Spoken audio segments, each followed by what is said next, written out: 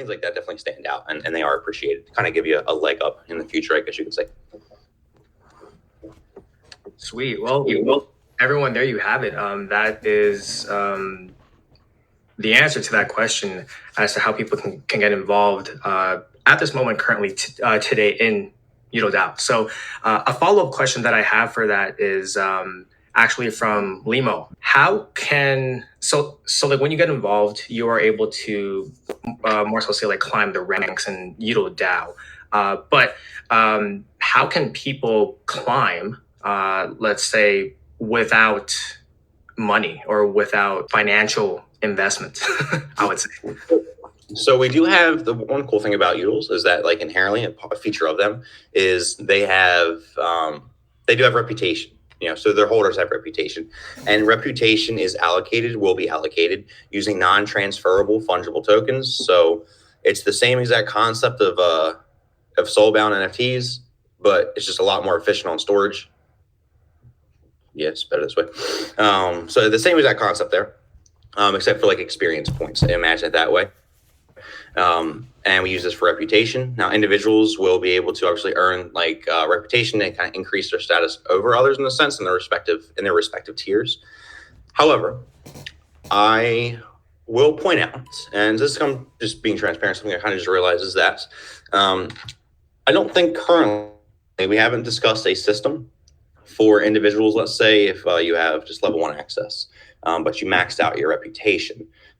We haven't explored if anything at all were to happen at that point. Like, can someone, without acquiring a rainbow ticket, could they somehow earn access level 2 or higher or things like that? And the short answer I'll say is that while we haven't discussed anything like that, I would say obviously we ought to, in my opinion. Sounds like a fair system. So I would say on this aspect, two things. One, we need a little bit of time to come up with something that doesn't sound too complicated.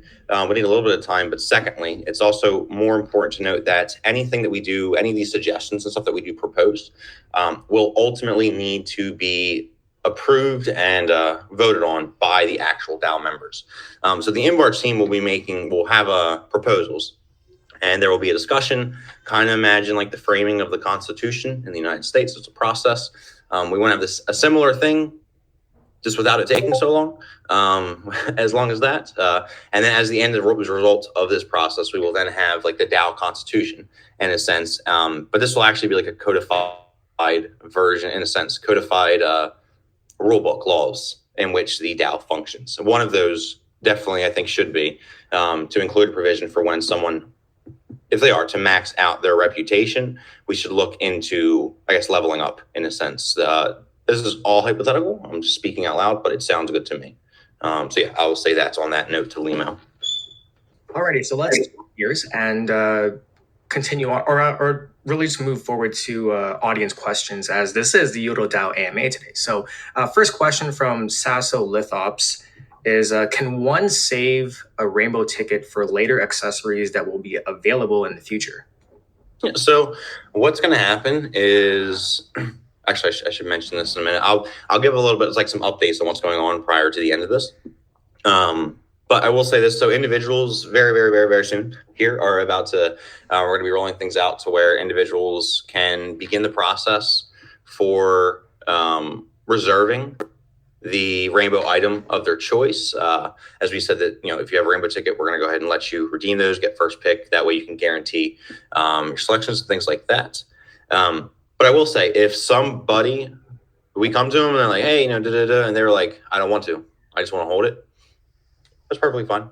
Perfectly fine. Someone can do that. And then what they're going to be able to do is in the future. So I'll be really excited for this. When we do roll it out, there'll be like we're going to have a DApp for Udles to where whether it is depending on the ticket, of course, but let's say if you have a bronze ticket, you go to the DApp, it will burn your tickets and produce or mint a randomly generated Udle.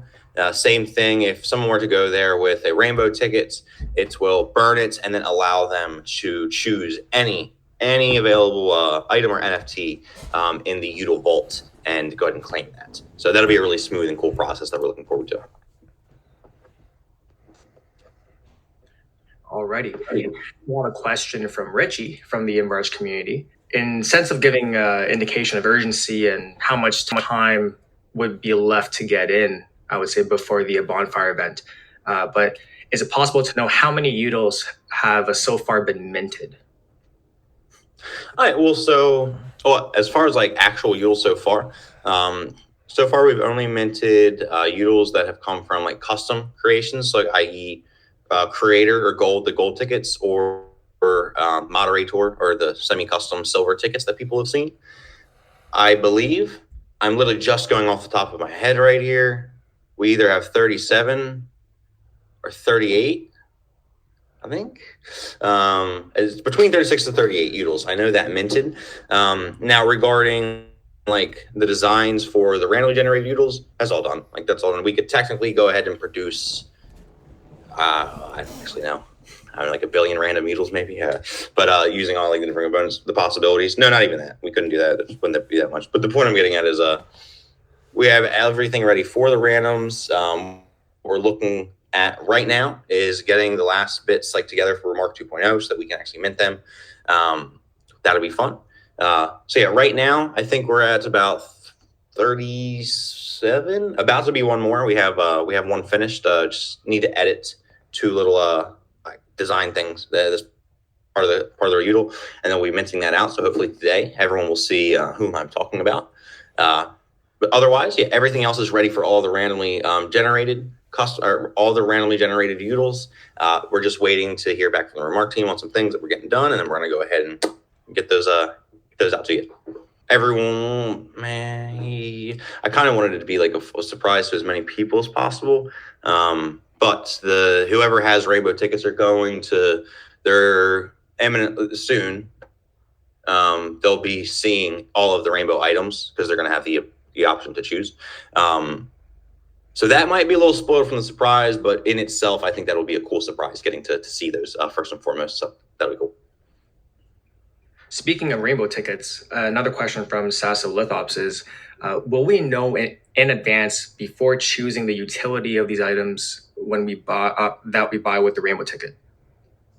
So regarding like which specific group that they're in, so this is one thing. Originally, we were going to have it to where it would kind of be like randomly generated, which was something that we thought could be fun, it could be cool, but it might cause a little dysfunction in the DAO itself. So we wanted to avoid that. So regarding like the actual like group utility, this is something that we're going to allow people to have the ability to influence to choose post mint, so that people can, that way if someone is really big into marketing, they don't have a UDL that gives them access into the developer role, and then it kind of breaks the purpose of the system where then you have people who aren't necessarily experts making decisions over those things. So we're going to be giving people the freedom to choose those groups. However, other than that, like what kind of utility will they have? The main thing is, and you can see it like in their characteristics now, and the metadata is their voting power. Like the big thing is individuals' ability to basically influence when it comes to votes, like yes, the direction of the DAO or what the DAO chooses to support, but then also influence over funds. That is a big thing. So like, for example, creators, they more so get to choose where funding goes. So like imagine like the US governments. So you have the federal government, and for the most part, what they actually do is when they decide the budget, they're deciding how much money goes where. But then when you go to the actual departments where the money gets sent to, it's in those departments where they then decide, okay, how are we going to spend this money?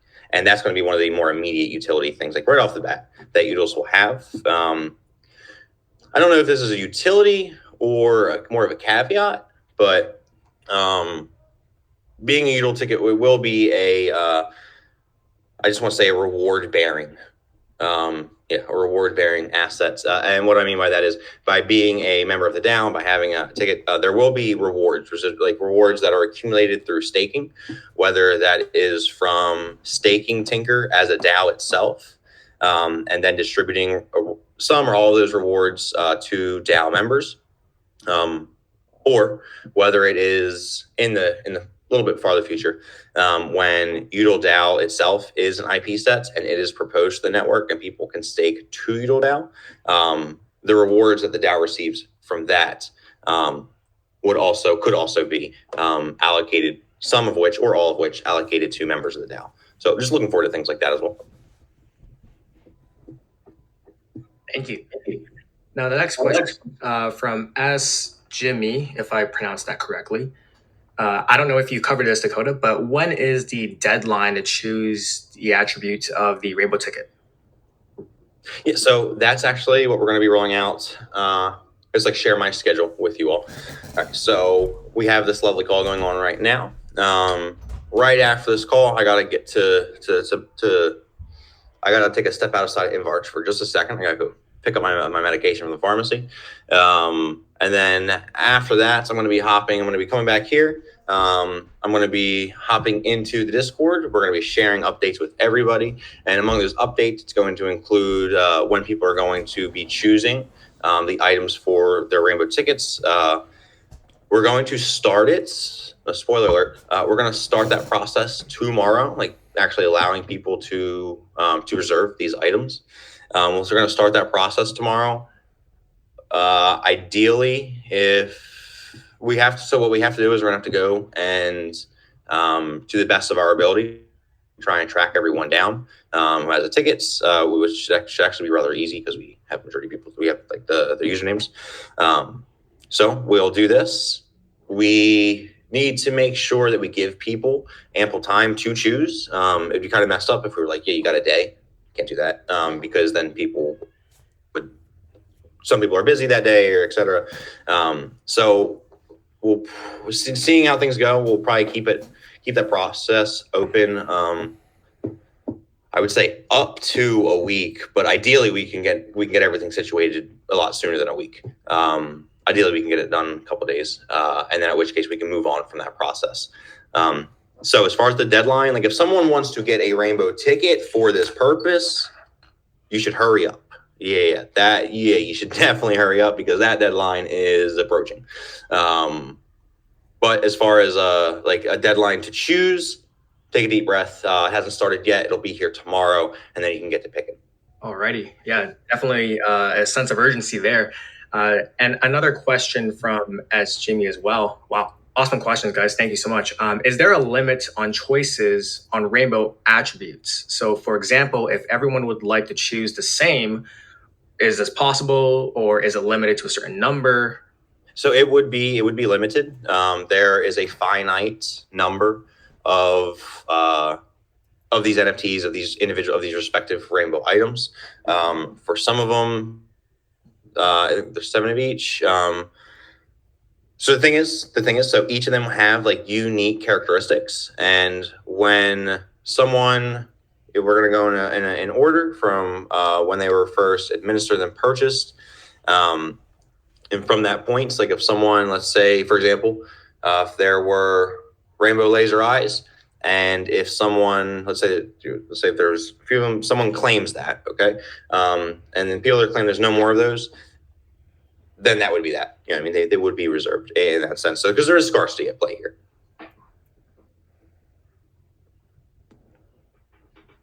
There you go.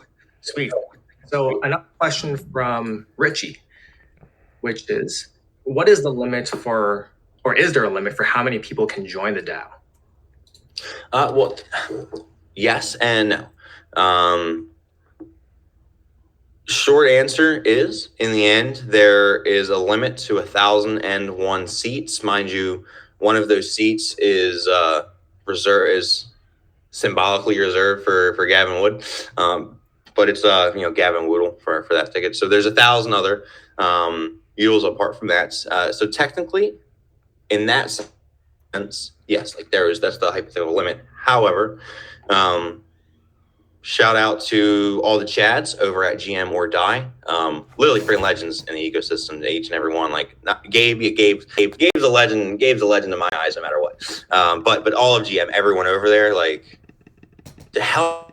Oh yeah, I just want to say, like, you guys went from meme chain to freaking dominant force that the co-founder of Polkadot's talking about. Like, respect. Okay.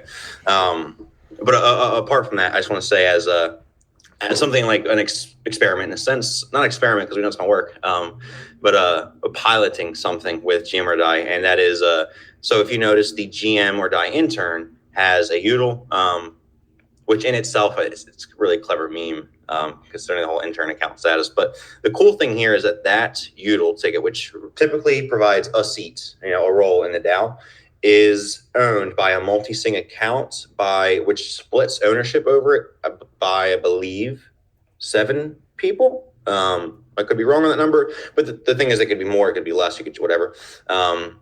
So it's really cool in this aspect, what they're doing to extend. It's like a DAO inside of a DAO, what they've done there. So that's really cool, which hypothetically means that there will be or can be more than 1,001 members in the DAO if people were to, really decentralize multi-sig, apply multi-sig ownership over their access to the DAO. Amazing. Okay, I want to switch back to more of the fundamental detailed questions. And I believe a great one would be, so for those that are new to the InvArch network and therefore YoudleDAO, they may or may not have heard of the DAOist CDK. So I think a great question in regards to this would be, how does the DAOist CDK tie into YoudleDAO? How can people, with the upcoming Tinker airdrop, use it to utilize the CDK? So 2 things. So what is the DAOist CDK? Really excited about this. Shout out to the Spacers NFT collection for sharing their intentions to also use the DAOist CDK. But what it is, there will be some technical jargon in this explanation, and then I'll try and bring it simple as I can in the end. But so what we've done what we're doing is developing a fully decentralized fat client for DAOs to use with Discord. What does that mean? So when like a fat client, I want you to imagine like your backend in a sense, but imagine like on-chain governance, roles, voting, treasuries or sub-treasuries, all of that. And imagine a trustless on-chain system for this. That's kind of the ideal scenario that you would have. So imagine all of this logic, everything here being trustlessly executed. However, the UI in which you are interacting with all these things is Discord itself. You're going into Discord to do these things. But even better than this, better yet, the Discord server in itself is decentralized as a DAO.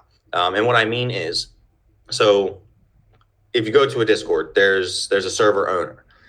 This is an inevitable thing about Discord servers. There are server owners. Server owners are, for lack of for better words, they are God in the server. They can be if they wanted to, at least.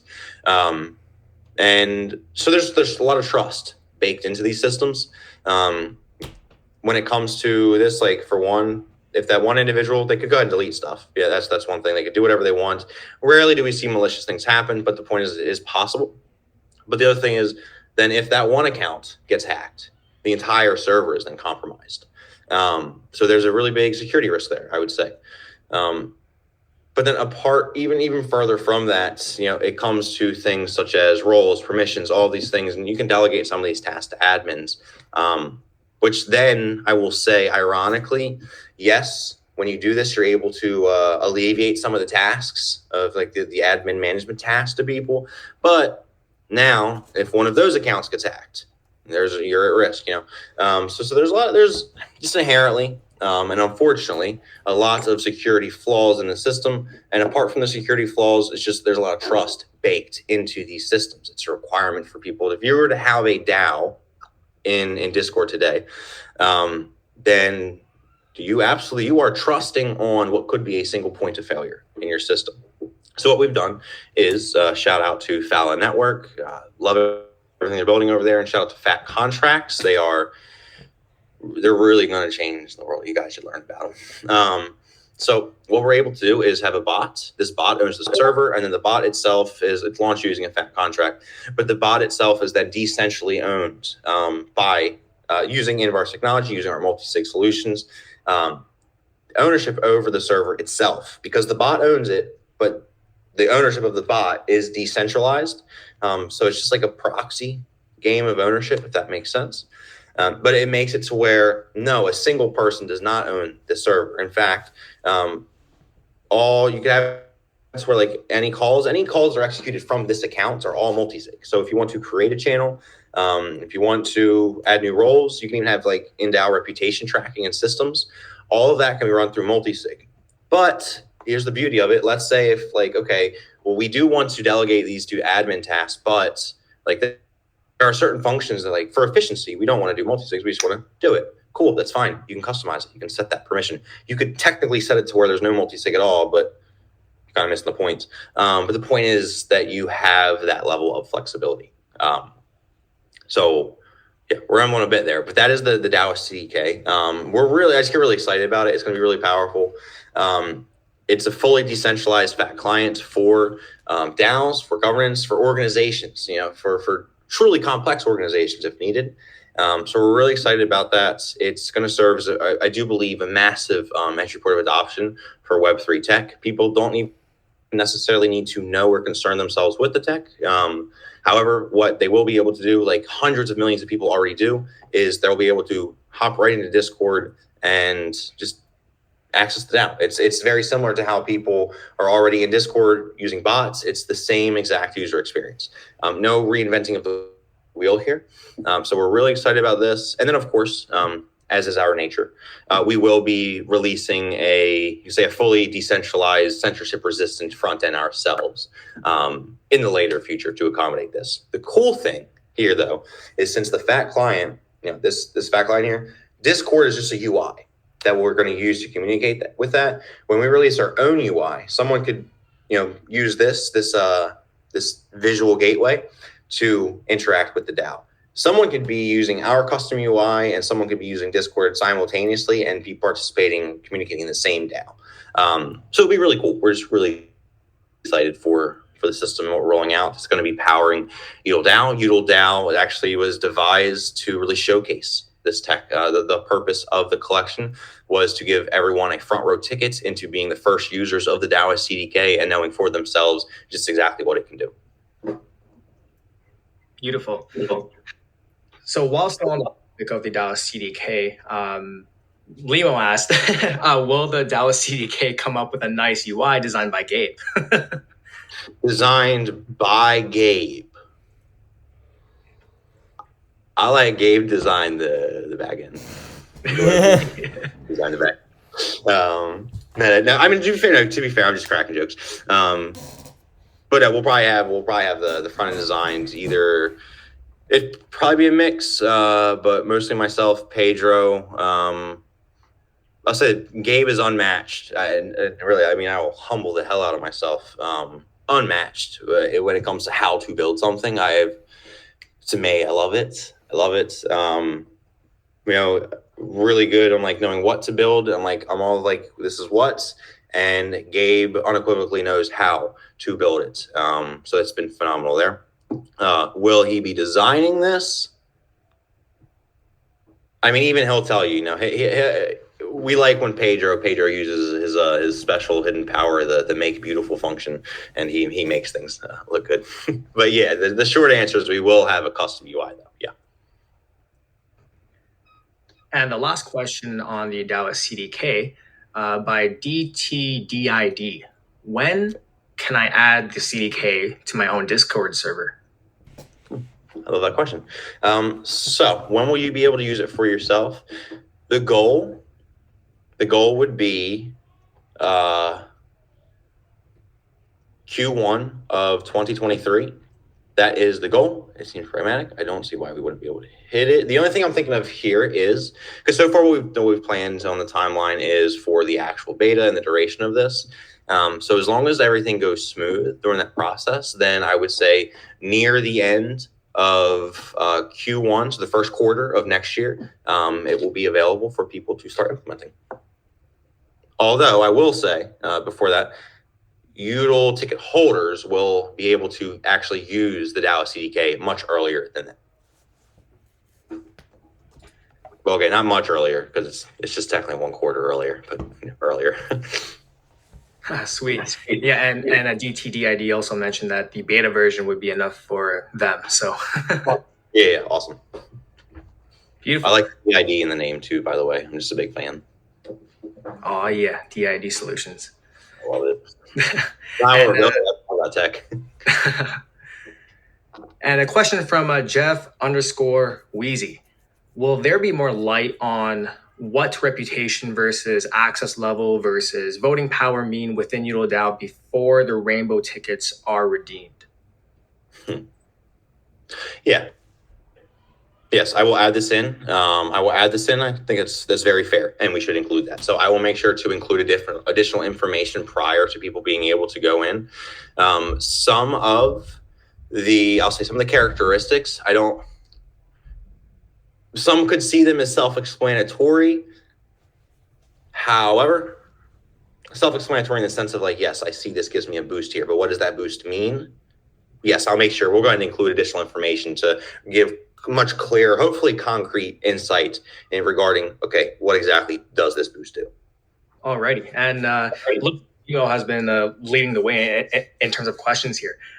So he has a question in terms of what are the differences with the Udles and for Udle holders in terms of like the tiers? So what is a difference between bronze, silver, custom Udle?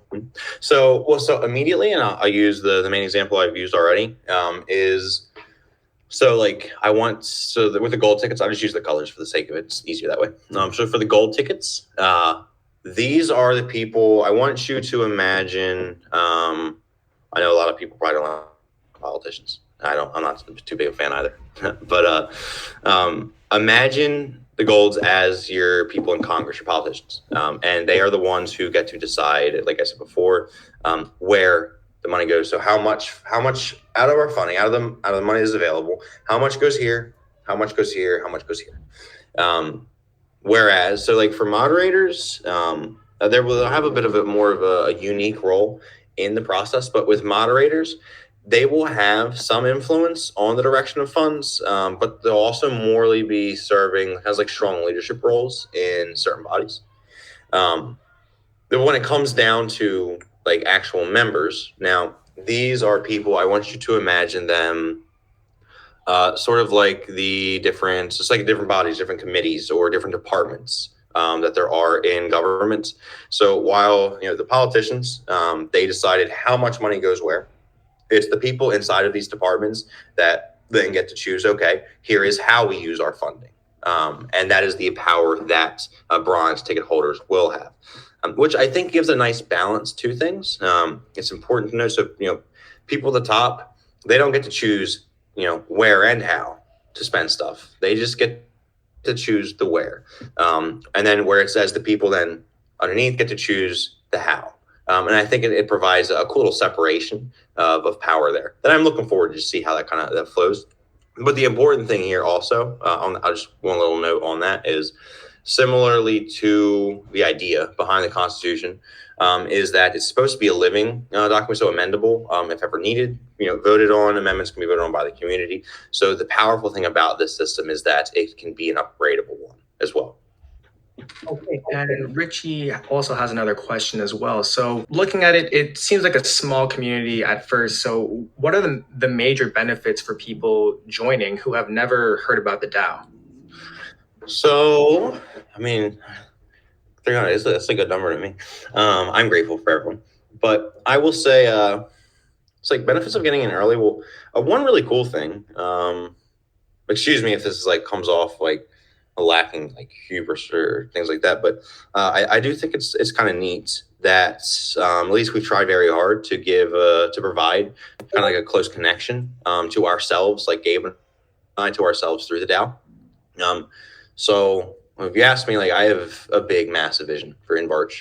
We're going to be around forever. 10 years, 20 years, it's a big thing. So I see this moment in time right now as particularly valuable, and I appreciate it because it's a moment, and I hope this doesn't fade away. I think it would be a kind of an unfortunate thing, if the ability to have such close connections with the community, like I hope that I never ever lose that, because I love being connected with the community. I love like having like this on the ground, like chatting with people, that experience. And it's nice. It helps. I really believe that perspective, if you build something that's for the community, it's really hard to make something that people are upset with, you know? But like I was saying, I think a really cool thing right now is just being able to get in and kind of just have that access and us being able to talk and get to know people. Like I remember like I almost everything I see. So like all the names, everything, like it all sticks out to me. Even if I don't immediately say something or ever say something, like I see everything and it means a lot to me. And I just think it's really cool. So that is a neat aspect, but I will say getting in now, like it's like smaller community. If it is small, it's quality. I'll tell you that it is a bunch of phenomenal people. And then outside of that, like why get in? Like I think it's a lot better if you can get in. The earlier you can get in something you believe in, the better, because you're able to establish your voice earlier and build up connections and rapport with people. And I think that it's something that it's very valuable, even if you don't immediately notice the repercussions of those things. But being early into something can definitely be, for some, a life-changing experience. You know, I like the pizza emoji. Who doesn't? And another question from Sasso Lithups. What if someone with a gold ticket gets many bronze tickets too? So I think what they're asking in here is like, what are the implications? Does it like take away my voting power from someone else if I have more tickets? It doesn't necessarily, like, I don't want to say it takes away voting power.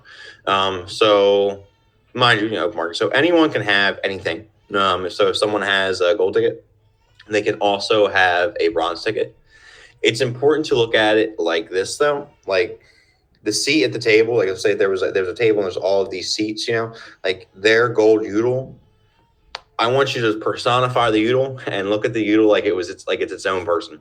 And so you see, boom, this Udl is here for its role, its functions in the DAO. And then here is this bronze Udl for its functions and roles in the DAO. It could be owned by the same person, but it's important to understand this difference, because it's not the same as one. We vote on everything, like one vote.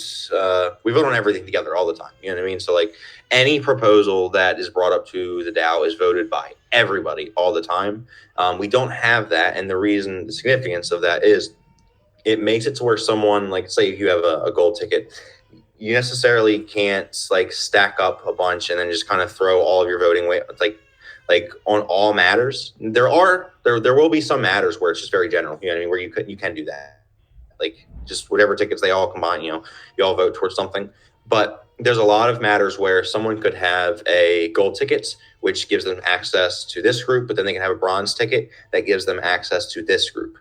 And they could, in one sense, have almost no direct influence on one another, which is kind of like a cool thing that we have there. So short answer is yes, people can technically stack tickets if they wanted to, but just understand that this is fundamentally different from most DAOs that people have seen. So there is a bit of a separation of powers. Thank you, Dakota.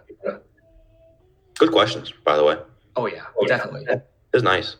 One question from PBE, if that's how I pronounce it. Do rainbow tickets have voting power? So rainbow tickets themselves, not necessarily. It's important to note that like the rainbow tickets it's not a Udl, it's not a Udl itself. So there are all those seats at the table that I'm thinking of, a Udl has to actually sit at one of those seats. And a rainbow ticket is not an actual Udl. Thus, the rainbow ticket cannot sit at that seat. However, I will say that while it doesn't give like necessarily it doesn't provide a seat at the table. We'll say that. Imagine everyone's sitting at the table. You're all there, like, yeah, the rainbow ticket doesn't get its own seat. However, you're all sitting there at the table. Everyone has the food in front of them. Well, I don't know. Everyone's eating. I don't know. All food sounds good to me right now because I'm hungry. Everyone's eating canned raviolis. Okay. Everyone's eating canned raviolis. And you have your rainbow ticket. You're the one sitting at the table eating lobster. So kind of imagine it that way. Unless you're allergic to seafood, then I don't know. It's a steak or really good broccoli. I don't know, whatever your jam is. So the next question, Nick. I believe, Dakota, you did go over this briefly at the beginning. That's not a dumb question at all, though. I see it. Oh, there you go. Yeah. What inspired Udl to be built, or YoudleDAO? So, not a dumb question at all. It's a great question. It's funny because it wasn't initially intentional. To be fair, first Udls were designed before they were even called Udls or even had the idea. It was Yourself, our designer. We had done an update to the website, new theme, and I was like, hey, like our old avatars don't really fit, so I don't even think I asked, actually. No, he just started to make them. He noticed that they didn't match anymore. And so he sent me over mine, and I was like, that's awesome. Sent over like other people's theirs in our group, in our team, in our Slack. And I noticed very quickly, everyone immediately had like this kind of vested interest into it. And they're like, oh, this is my like talking about like edits, or oh, I really like to have this or look like this. They really wanted to personalize it, and it's like that stuck out to me, and I was like, okay, like that's cool. So then I immediately had the idea of like, regarding the Udls, like it would be really cool if people could have a PFP that kind of looks like them. Shout out to like the Kusama Kingdom. I just want to say, because one of the main reasons, like one of my favorite aspects of those collections, they truly are amazing collections. I mean, excellent work to the team of the designers, amazing job. But one of my favorite things about the collection over there is they were people. It was a person. So I felt like if I had, I never got to buy one there. They got outside my price range, but it's because they're worth it. But the thing is, like, they have a sense of human. Like it wasn't just like a random creature, and not to knock it, you can personify anything.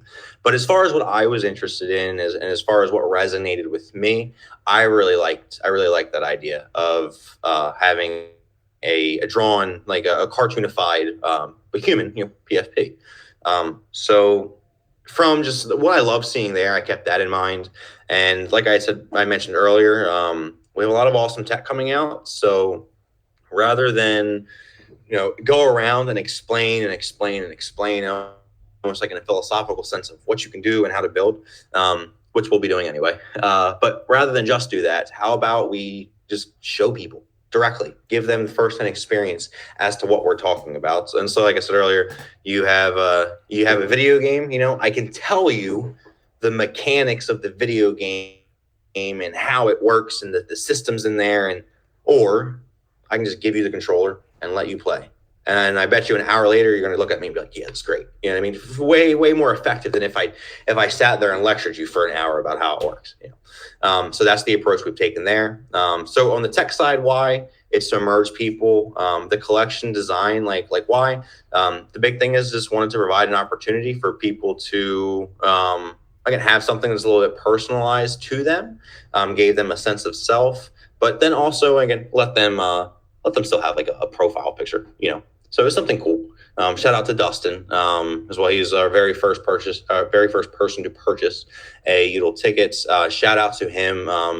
His Udl is actually, it's a good example. It's the very first PFP that he has ever used on social media. And the reason he did it is because he felt like it actually reflected him. So it made sense to him to use. So yeah, really love to see that. And we do have a question on the mirror board.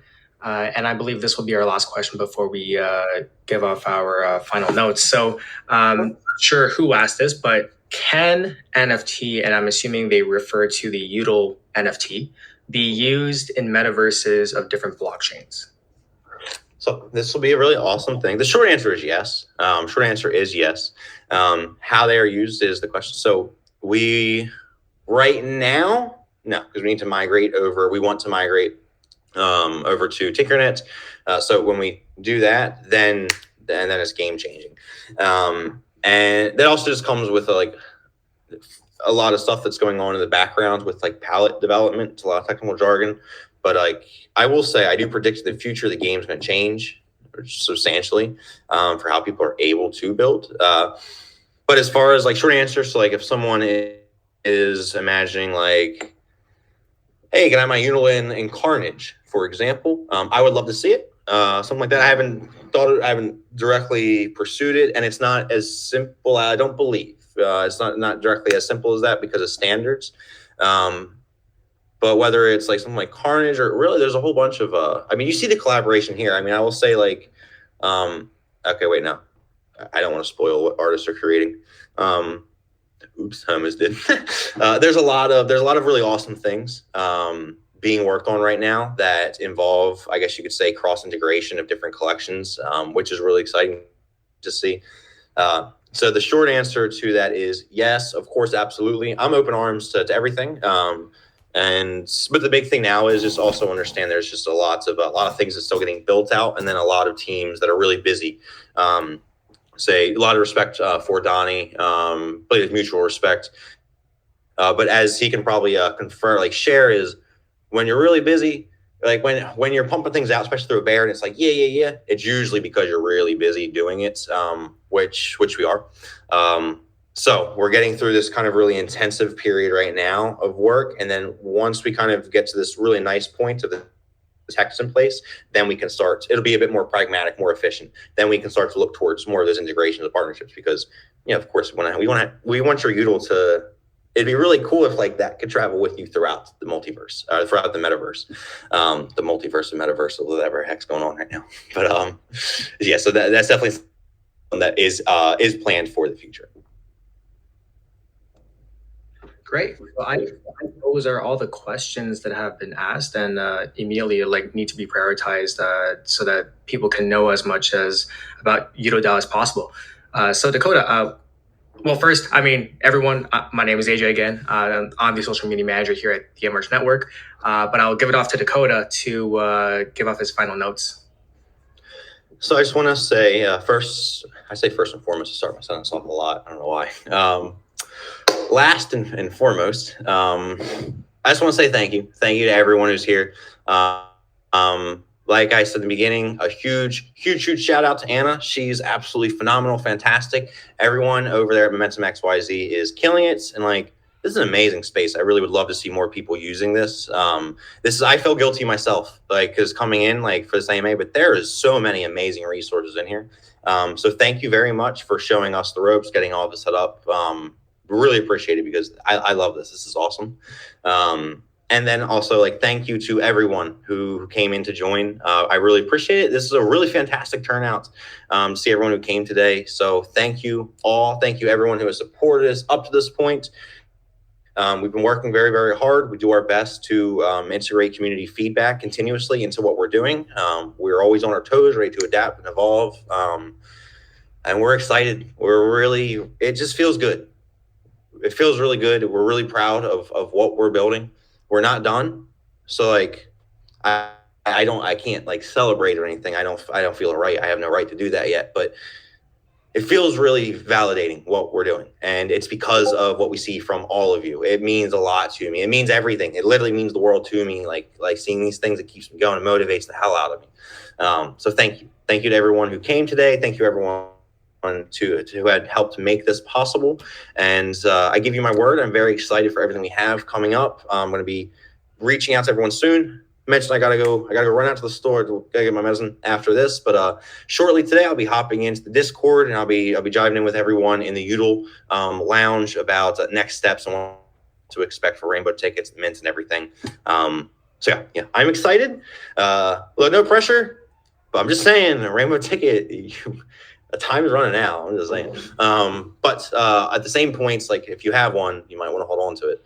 But yeah. Thank you everyone who came today, and I hope you all have a fantastic Friday, and I will speak to you all soon. Yeah. Thanks everyone. Thank you, AJ, too. Also, you killed it. You kicked ass, my friend. Thank you very much. Thank you. Thank you. But yeah, with that, I'm going to go ahead and I'm going to hop out of here. Thank you, everybody. And yeah, like I said, I'll see you soon. Bye. See you, Dakota. See you. Thanks, everyone. Have a great weekend. GM, GN, wherever you are. Appreciate your participation. See you later.